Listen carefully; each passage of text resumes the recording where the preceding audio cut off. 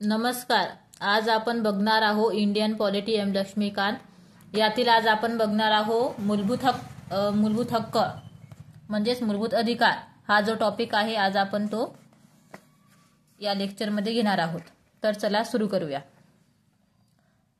तर मूलभूत हक्क जे आहे ते भाग 3 कलम 12 ते 35 मध्ये येतात. आता सुरू करूया आपण. मूलभूत हक्क संविधानाच्या 3 विभागातील अनुच्छेद 12 ते 35 मध्ये अंतर्भूत केलेले आहेत. राज्यघटनेच्या रचनाकारांनी या संदर्भात अमेरिकेच्या राज्यघटनेतून म्हणजे बिल ऑफ राईट्स मधून प्रेरणा घेतलेली आहे. अंजो म्हणजे आपण इथं शॉर्टकट मध्ये जर हे जे एवढं जे आहे ना हे आपण पेज जर शॉर्टकट मध्ये समजून सांगितलं तर आपण याला असं म्हणू शकतो. हे बघा, कलम 12 ते 35 हे काय आहे, मूलभूत अधिकारांशी संबंधित. आता याची ट्रिक्स आपण बघूया.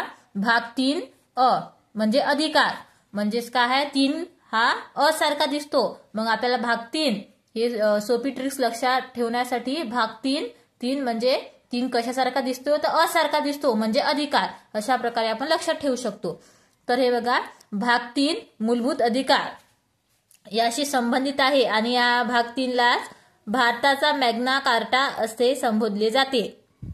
हे खूप आयएमपी आहे. नंतर अमेरिकेच्या बिल ऑफ राईटची प्रेरणा घेतलेली आहे.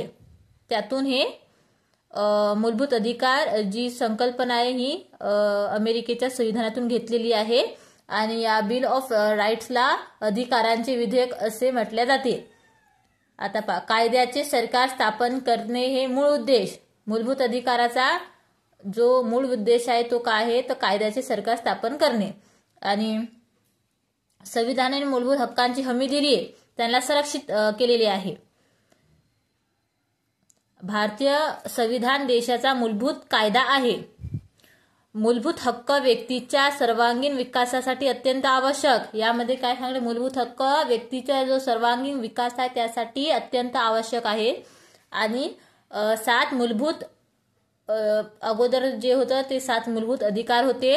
पण 44वी घटना दुरुस्ती कायदा 1978 द्वारे मालमत्तेचा हक्क जो कलम 31 मध्ये होता तो हटविण्यात आला. आता सध्या मूलभूत हक्क 6 आहेत. भाग 12 मधील अनुच्छेद 300A अंतर्गत कायदेशीर अधिकाराचा दर्जा, मालमत्तेचा जो हक्क आहे तो हटविण्यात आला आणि त्याला कायदेशीर अधिकाराचा दर्जा जो आहे तो भाग 12 मधील अनुच्छेद 300A अंतर्गत देण्यात आलेला आहे. तर अशा प्रकारे आपण हे सोप्या याच्यामधून समजून घेतलेलं आहे. तर आता आपण इथे बघणार आहोत मूलभूत हक्कांची वैशिष्ट्ये. आता बघा, हे जे मूलभूत हक्क आहेत ते भारतीय नागरिकांसाठी उपलब्ध आहेत. भारतातील सर्व व्यक्तींसाठी उपलब्ध आहेत. मग या व्यक्ती नागरिक, परदेशी किंवा महामंडळे किंवा कंपन्यांसारख्या कायदेशीर व्यक्ती असोत, परदेशी लोकांना उपलब्ध असलेल्या मूलभूत अधिकारांचा उल्लेख यामध्ये केलेला आहे. तर म्हणजे आपण याची मूलभूत हक्काची वैशिष्ट्ये बघूया. मूलभूत हक्क हे कोणासाठी लागू आहेत तर भारतीय नागरिकांना आहेत, भारतातील व्यक्तींना आहे, तसेच जे परदेशी आहेत, परदेशी नागरिक आणि महामंडळ कंपन्या यांना हे मूलभूत हक्क काय आहेत लागू आहेत. तर आता बघूया. हे हक्क निरपेक्ष नसून निर्बंधास पात्र आहेत. सरकार त्यांच्यावर योग्य ते निर्बंध लादू शकते, मात्र असे निर्बंध योग्य आहेत की नाही हे ठरवण्याचा निर्णय न्यायालयाकडे देण्यात आला आहे. व्यक्तीचे हक्क आणि संपूर्ण समाजाचे हक्क, व्यक्तिगत स्वातंत्र्य आणि सामाजिक नियंत्रण यांच्यात संतुलन साधणे हे मूलभूत हक्कांचे कार्य आहे. मूलभूत हक्कांचे कार्य इथे आपल्याला बघायला मिळतात. ज्यामध्ये सांगितलेलं आहे की जे निर्बंध आहेत ते योग्य अयोग्य ठरवण्याचा अधिकार ह्या न्यायालयाला देण्यात आलेला आहे. आता हे इकडे बघा 3 नंबर पॉइंट. सरकारच्या मनमानी कारभाराविरोधात या हक्कांचा उपयोग केला जाऊ शकतो, मात्र यांपैकी काही हक्क सामान्य व्यक्तींच्या कृतीविरोधात देखील उपलब्ध आहेत. आता सरकारने आपली मनमानी केली तेव्हा हे हक्क आपल्याला हे हक्क कसे न्यायप्रविष्ट आहेत म्हणून आपण न्यायालयाकडे याची दाद मागू शकतो. आता चौथा मुद्दा, काही हक्कांचे स्वरूप नकारात्मक आहे, म्हणजेच हे हक्क सरकारच्या प्राधिकारावर मर्यादा आणतात. इतर काही हक्क सकारात्मक स्वरूपाचे असून ते व्यक्तींना काही विशेषाधिकार बहाल करतात.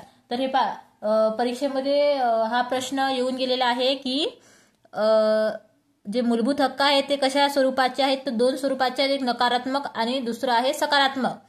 हा तुम्ही प्रश्न आहे हा लक्षात ठेवा. मूलभूत हक्क हे नकारात्मक आणि सकारात्मक दोन्ही स्वरूपाचे आहेत. सर्व मूलभूत हक्क न्याय प्रविष्ट आहेत. त्यांच्या अंमलबजावणीसाठी किंवा त्यांचे उल्लंघन झाल्यास न्यायालयाकडे दाद मागता येते. हा पण प्रश्न परीक्षेत येऊन गेलेला आहे. मूलभूत हक्क हे कशात न्याय प्रविष्ट आहेत. न्याय प्रविष्ट म्हणजेच काय, त्या मूलभूत हक्कांचे उल्लंघन झाले तेव्हा आपल्याला न्यायालयामध्ये दाद मागण्याचा आपल्याला अधिकार असतो. म्हणजेच आपल्याला ते न्याय प्रविष्ट आहेत. आपल्याला दाद मागण्यासाठी न्यायालयात आपण जाऊ शकतो, त्याला न्याय प्रविष्ट असे म्हणतात. तर अशा प्रकारे आपण इथे समजून घेतलेलं आहे शॉर्टकट ट्रिकमध्ये. तर हे बघा आता इथं काय आहे, आता समानतेचा हक्क, स्वातंत्र्याचा हक्क, शोषणाविरोधीचा हक्क, धर्म स्वातंत्र्याचा हक्क, सांस्कृतिक आणि शैक्षणिक हक्क आणि संविधानिक उपाययोजनाचा हक्क. तर आपण हे शॉर्टकट ट्रिकमध्ये कसं लक्षात ठेवणार आहोत तर ते बघूया. आता शॉर्टकट ट्रिक याची काय आहे, समस्व शोध संस्कृती म्हणजेच काय, सम म्हणजे समान, स्व म्हणजे स्वतंत्र, शो म्हणजे शोषण, धर्म, संस्कृती, घटना. म्हणजे याची शॉर्टकट ट्रिक आपण अशी म्हणू शकतो की समानतेचा हक्क हे आपल्याला 14 मध्ये आहे हे माहित आहे. तर मग 14 मध्ये काय करायचं आहे, 5, 42, 43 हे जे काय नंबर काय ऍड करायचे आहे.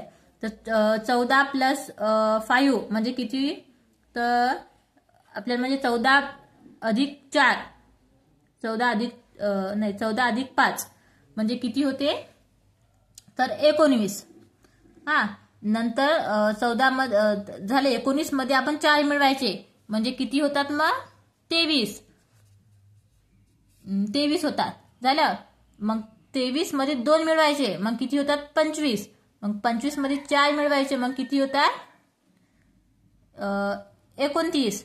मग नंतर 29 मध्ये 3 मिळवायचे नंतर किती होतात, 32. अशा प्रकारे आपण हे लक्षात ठेवू शकतो. सोपी ट्रिक आहे. मग हे सोपी ट्रिकचं कसं आहे, याची जी ट्रिक आहे ते म्हणजे समस्व शोध संस्कृती. म्हणजे सम म्हणजे काय, समानतेचा हक्क 14. नंतर त्याच्यानंतरचं आपल्याला जे हक्क आहे ते आठवण ठेवायचे असल्यास ट्रिक आहे 5, 42, 43 अशी ट्रिक आहे ती. तर आपण त्याद्वारे म्हणजे लक्षात राहते आपल्या लवकर. तर हे बघा आता समानतेचा हक्क बघूया आपण. अनुच्छेद 14 ते 18. तर अनुच्छेद 14 काय म्हणते, कायद्यापुढे समानता आणि कायद्याचे समान संरक्षण. अनुच्छेद 14 हे सगळ्यांना पाठ असलेच पाहिजे. आता आपण अनुच्छेद 15. अनुच्छेद 15 काय, विवक्ष कारणांवरून भेदभाव करण्यास प्रतिबंध. काय सांगतो अनुच्छेद 15, भेदभाव करण्यास प्रतिबंध. म्हणजेच काय, शॉर्टकट ट्रिक 15 भाव म्हणजे भेदभाव असं आपण लक्षात ठेवू शकतो. आता नंतर अनुच्छेद 16 काय म्हणते ते बघूया. सार्वजनिक सेवा योजनांबाबत संधींची समानता. अनुच्छेद किती, 16 मध्ये. तर हे आपण शॉर्टकट ट्रिक मध्ये असं लक्षात ठेवू की 16 संधी म्हणजेच काय, अनुच्छेद 16 मध्ये काय, संधी. अशा प्रकारे शॉर्टकट ट्रिक आहे ही. आता अनुच्छेद 17 अस्पृश्यता निर्मूलन. तर हे सोप्या ट्रिक मध्ये आपल्याला लक्षात ठेवायचं आहे. तर 17 स्पृश्य म्हणजे 17 स्पृश्य अशा प्रकारे आपण हे लक्षात ठेवू शकतो. आता पदव्या किताब रद्द करणे. अनुच्छेद 18. मग हे कसं ठेवू आपण लक्षात, 18 पदव्या, 18 काय आहेत, पदव्या. अशा प्रकारे आपण सोपी ट्रिक्स वापरू शकतो. आता हे बघा, स्वातंत्र्याचा हक्क. अनुच्छेद 19 ते 22. तर यामध्ये बघा 6 हक्कांचे संरक्षण. अनुच्छेद 19 म्हणजे अनुच्छेद जे 19 आहे त्यामध्ये अनुच्छेद 19(1) मध्ये किती आहे, 6 काय आहेत, हक्क आहेत. ते आपण बघूया. तर ते पण आपण ट्रिक्सनुसार बघूयात. पुढच्या म्हणजे याच्या पुढे जे पेज आहे त्याच्यावर आपण ते बघूया. आता अ मध्ये काय आहे, गुन्ह्यांच्या दोष सिद्धांताबाबत संरक्षण किती आहे, अनुच्छेद 20. नंतर जीविताचा हक्क आणि व्यक्ती स्वातंत्र्याचे हक्क अनुच्छेद 21. शिक्षणाचा हक्क 21A. म्हणजेच आता आपण shortcut tricks 21A, A for education असं आपण लक्षात ठेवू आपल्या ट्रिक्सनुसार. अटक आणि स्थानबद्धतेपासून संरक्षण अनुच्छेद 22. आता वेठबिगारी आणि माणसाचा अपव्यापार यावर बंदी घालणे अनुच्छेद 23. कारखाने इत्यादींमध्ये मुलांना कामावर ठेवणे बंदी अनुच्छेद 24. आता आपण इथं बघितलं की शोषणाविरोधीचा हक्क अनुच्छेद 23 ते 24. म्हणजेच काय, पहिले आहे माणसाचा अपव्यापार अनुच्छेद 23 आणि मुलांना कामावर ठेवण्यास बंदी अनुच्छेद 24. आता इकडं धर्म स्वातंत्र्याचा हक्क अनुच्छेद 25 ते 28. अ आहे सद विवेक बुद्धीचे स्वातंत्र्य आणि धर्माचे मुक्त प्रकटीकरण आचरण व प्रसार अनुच्छेद 25. आता आ मध्ये दिलेला आहे धार्मिक व्यवहारांचे व्यवस्थापन करण्याचे स्वातंत्र्य अनुच्छेद 26. ई मध्ये धर्माच्या संवर्धनासाठी कर देण्याबाबत स्वातंत्र्य अनुच्छेद 27.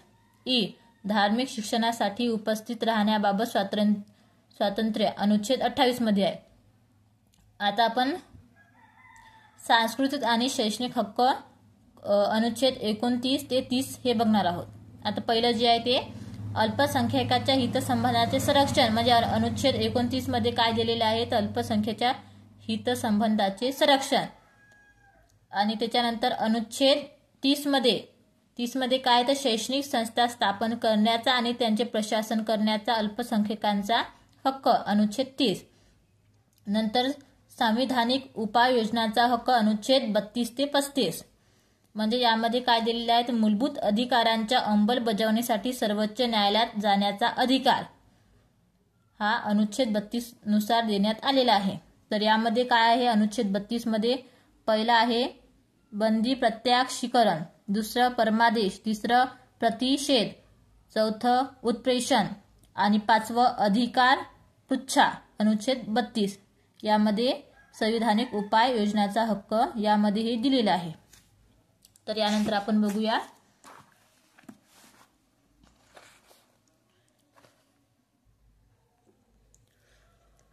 आता अनुच्छेद 12 मध्ये काय सांगण्यात आलेले आहे आपण ते बघूया.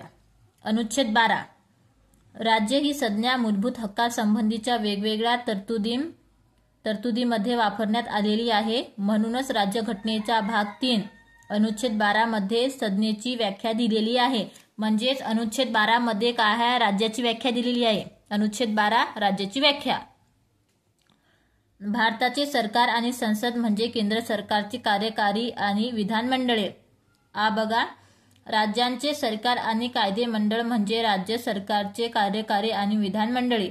ई सर्व स्थानिक प्राधिकरणे म्हणजे नगरपालिका, पंचायती, जिल्हा मंडळे, सुधारणा न्याय इत्यादी. आता ई बघा,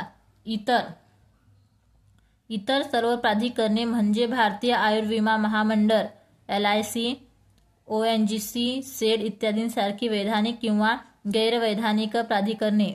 सर्व घटकांचा समावेश करता यावा म्हणून राज्याची व्याख्या व्यापक अर्थाने केलेली आहे. या घटकाच्या कृतीमुळे मूलभूत हक्कांचे उल्लंघन झाल्यास त्यांच्या विरुद्ध न्यायालयात आव्हान केले जाऊ शकते.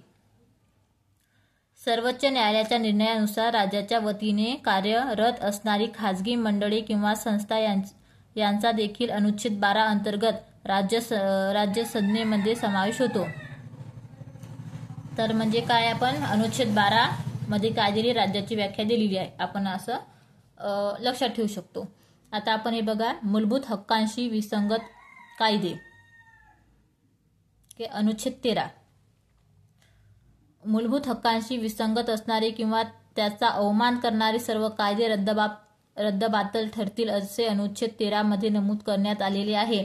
म्हणजेच अनुच्छेद 13 मध्ये काय सांगण्यात आलेले आहे की मूलभूत हक्कांशी जे विसंगत कायदे आहेत ते रद्दबातल करण्याचा अधिकार जो आहे तो यामध्ये अनुच्छेद 13 मध्ये देण्यात आलेला आहे.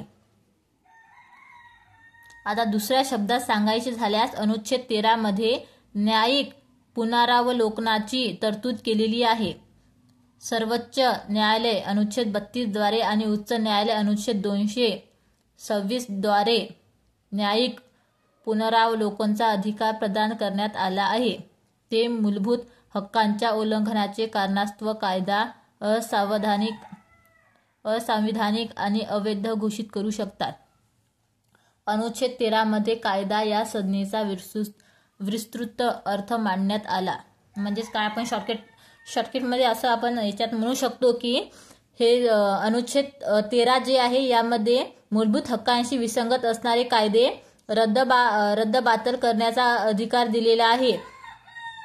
तर म्हणजे सर्वोच्च न्यायालय अनुच्छेद 32 द्वारे आपण उच्च न्यायालयांना अनुच्छेद 226 द्वारे उच्च न्यायालयाला अनुच्छेद 226 द्वारे न्यायिक पुनरावलोकनाचा अधिकार प्रदान करण्यात आलेला आहे.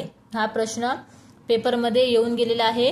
तर मूलभूत हक्क संदर्भात आपल्याला उच्च न्यायालयात जायचं असल्यास ते आपण कोणत्या कलमानुसार जाऊ शकतो. तर 226 अनुच्छेद 226 नुसार आपल्याला उच्च न्यायालयामध्ये दाद मागता येते. तर आता आपण बघूया की बघूया संसदेने किंवा राज्य विधानमंडळांनी लागू केलेले कायमस्वरूपी कायदे. राष्ट्रपती किंवा राज्यपालांनी जारी केलेले अध्यादेश व तत्सम हंगामी कायदे. आदेश, उपकायदा, नियमन किंवा अधिसूचना यासारख्या प्रत्यायुक्त विधिविधानाच्या स्वरूपातील वैधानिक साधने, कार्यकारी कायदे. आणि कायद्याचे गैरविधानिक स्रोत म्हणजे कायद्याचे पाठबळ असलेल्या प्रथा किंवा चालीरीती. तर आपण अनुच्छेद किती समजून घेतलेला आहे शॉर्टकट ट्रिकनुसार. आता आपण इकडे बघूया. समानतेचा हक्क दिलेला आहे कशामध्ये? अनुच्छेद 14 मध्ये. म्हणजे आपल्याला काय विचारतात, आपल्याला प्रश्न कसे विचारतात, तर फक्त आपल्याला असं विचारतात की अनुच्छेद 14 मध्ये काय दिलेलं आहे, अनुच्छेद 15 मध्ये काय दिलेलं आहे, अनुच्छेद 19. आता अनुच्छेद 19 मध्ये उपकलम. आता उपकलम त्यामध्ये काय आहे तर अनुच्छेद 19(1)(a), अनुच्छेद 19(1)(b) अशी उपकलम आहेत ना. ती उपकलम सुद्धा आपल्याला पाठ करायची आहे. म्हणजे आपल्याला लक्षात ठेवायचे आहे. एवढं डीप विचारतात परीक्षेमध्ये. आता हे बघा इकडं 15(1). आता अनुच्छेद 15(1) मध्ये काय आहे तर राज्य कोणत्याही नागरिकाशी केवळ धर्म, वंश, जात, लिंग, जन्मस्थान किंवा त्यापैकी कोणत्याही आधारावर भेदभाव करणार नाही, हे अनुच्छेद 15(1) मध्ये दिलेलं आहे. म्हणजे 15(1), 15(2), 15(4), 15(5), 15(6). आता इथं IMP 15(4) आपण बघूया. कोणत्याही सामाजिक व शैक्षणिकदृष्ट्या मागास प्रवर्गाच्या उन्नतीसाठी किंवा अनुसूचित जाती जमातीसाठी कोणतीही विशेष तरतूद करण्यापासून राज्याला रोखले जात नाही. ही तरतूद 1951च्या पहिल्या घटना दुरुस्तीने जोडण्यात आली. आता अनुच्छेद 15(5) कोणत्याही सामाजिक व शैक्षणिकदृष्ट्या मागास प्रवर्गाच्या उन्नतीसाठी किंवा अनुसूचित जाती व जमातींना शैक्षणिक संस्थांमध्ये प्रवेश देण्याबाबत कोणतीही विशेष तरतूद करण्यापासून राज्याला रोखले जात नाही. यात अल्पसंख्याक शैक्षणिक संस्था वगळता राज्याच्या अनुदानित किंवा विना अनुदानित खाजगी शैक्षणिक संस्थांचाही समावेश आहे. 93व्या घटना दुरुस्ती कायदा 2005 मध्ये ही तरतूद जोडण्यात आली. आता 15(6) मध्ये काय आहे तर राज्याला खालील गोष्टी करण्यापासून रोखले जात नाही. पहिला आर्थिक दृष्ट्या दुर्बल घटकांच्या उन्नतीसाठी कोणतीही विशेष तरतूद. खाजगी शैक्षणिक संस्थांसह शैक्षणिक संस्थांमध्ये प्रवेश घेताना अशा घटकांसाठी 10% जागा राखीव ठेवण्याची तरतूद. मग ती राज्याची अनुदानित असो वा विना अनुदानित अल्पसंख्याक शैक्षणिक संस्था वगळता. ही तरतूद 103वी घटना दुरुस्ती कायदा 2019 द्वारे जोडण्यात आली. तर अशा प्रकारे आपण म्हणजे उपकलम जे आहे ते सुद्धा आपण पाठ करायचे आहे. ते पण परीक्षेमध्ये विचारतात. आता आपण एवढं डीपमध्ये जाण्याची काय आपल्याला गरज नाही. तर आपण वरवरच घेऊया. तर आता आपण शॉर्टकट ट्रिकनुसार ही एवढी चांगली शॉर्टकट ट्रिक आहे की आपण हे कधी विसरू शकणार नाही. ती शॉर्टकट ट्रिक आहे कलम 19 अन्वये अधिकार आणि निर्बंधांची कारणे. आता आपण बघूया. आता कलम 19(1) मध्ये कलम 19(1)(a), 1(b), 1(c), 1(d), 1(e) असं जे आहे ते लक्षात ठेवण्यासाठी काय कठीण जाते. तर आता आपण सोप्या ट्रिक्सनुसार बघूया. हे कलम 19(1) A, B, C, D, E, F आणि G. आता पहा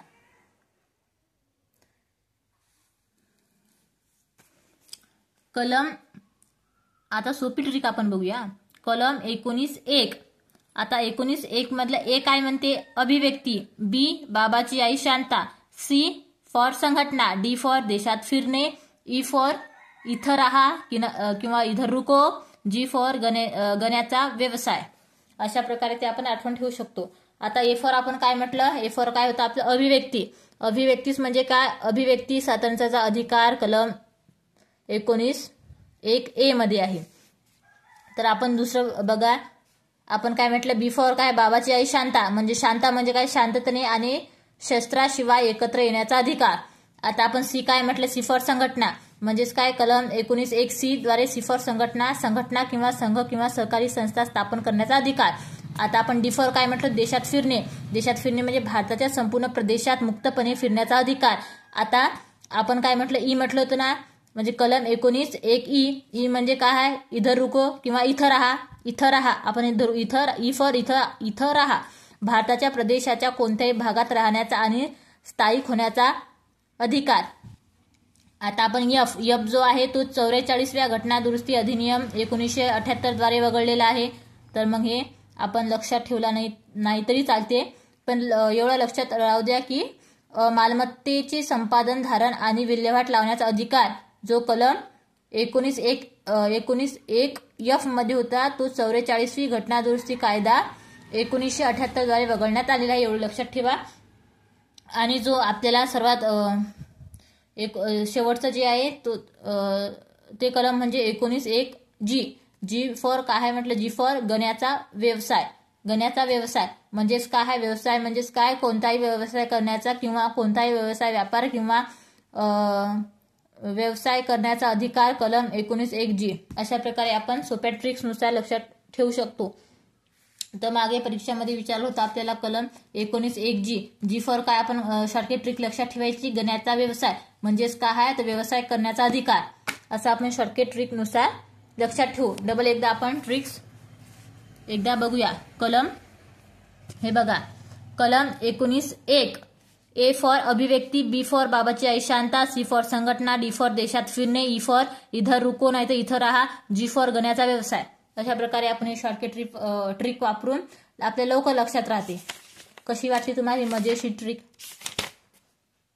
तर अशा प्रकारे आपण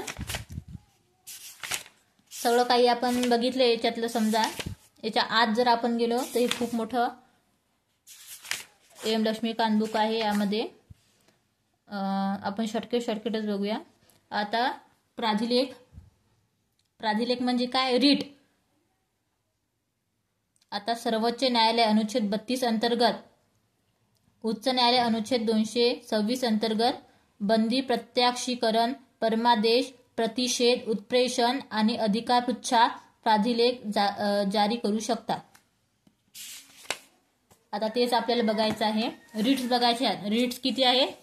तर हे बघा 1 2 3 4 5 रीट्स आहेत. ते बघू आपण. ते कोणकोणते आहेत ते बघू ना आपण. ते पहिलं जे आहे ते आहे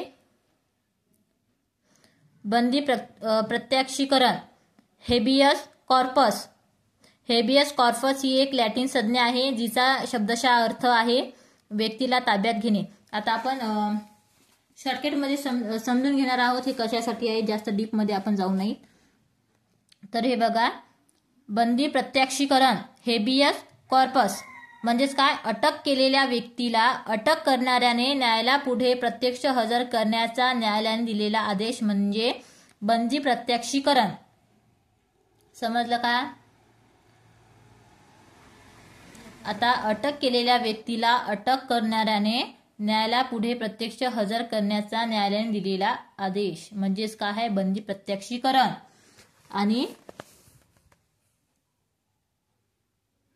आणि हे जो आहे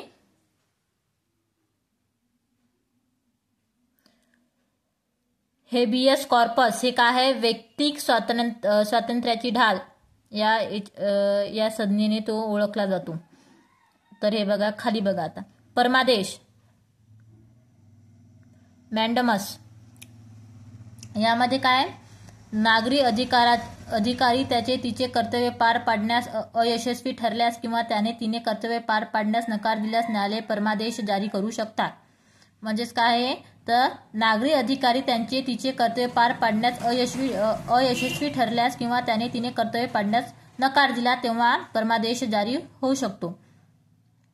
आता हे बघा, पहिला, वैधानिक अधिकार नसलेल्या विभागीय सूचनांची अंमलबजावणी करण्यासाठी कर्तव्य अनिवार्य नसून स्वेच्छाधीन असल्यास.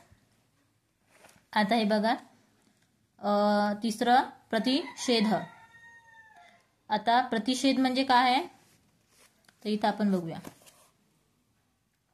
कनिष्ठ न्यायालयाला किंवा न्यायाधिकरणाला त्यांचे अधिकार क्षेत्र ओलांडण्यापासून किंवा त्यांच्या अधिपत्याखाली नसलेले अधिकार क्षेत्र बळकावण्यापासून रोखण्यासाठी वरिष्ठ न्यायालय हा प्राधिलेख करतात.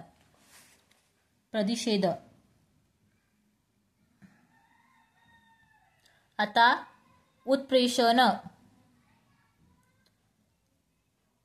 उत्प्रेषणचं काय आपण बघूया की एखाद्या प्रकरणात कनिष्ठ न्यायालयाने दिलेला आदेश रद्द करण्याचा आदेश उच्च न्यायालयाकडून कनिष्ठ न्यायालय किंवा न्यायाधिकरणाला दिला जातो. आता को वारंटो, अधिकार पृच्छा, याचाच अर्थ काय, तर सरकारी पदासंबंधी एखाद्या व्यक्तीच्या दाव्याची कायदेशीर चौकशी करण्यासाठी न्यायालय अधिकार पृच्छा प्राधिलेख जारी करू शकतात. त्यामुळे एखादा व्यक्ती सरकारी पद बेकायदेशीरपणे बळकावत असल्यास त्याला प्रतिबंध केला जातो. अशा प्रकारे आपण बघितलेलं आहे. तर आता इकडे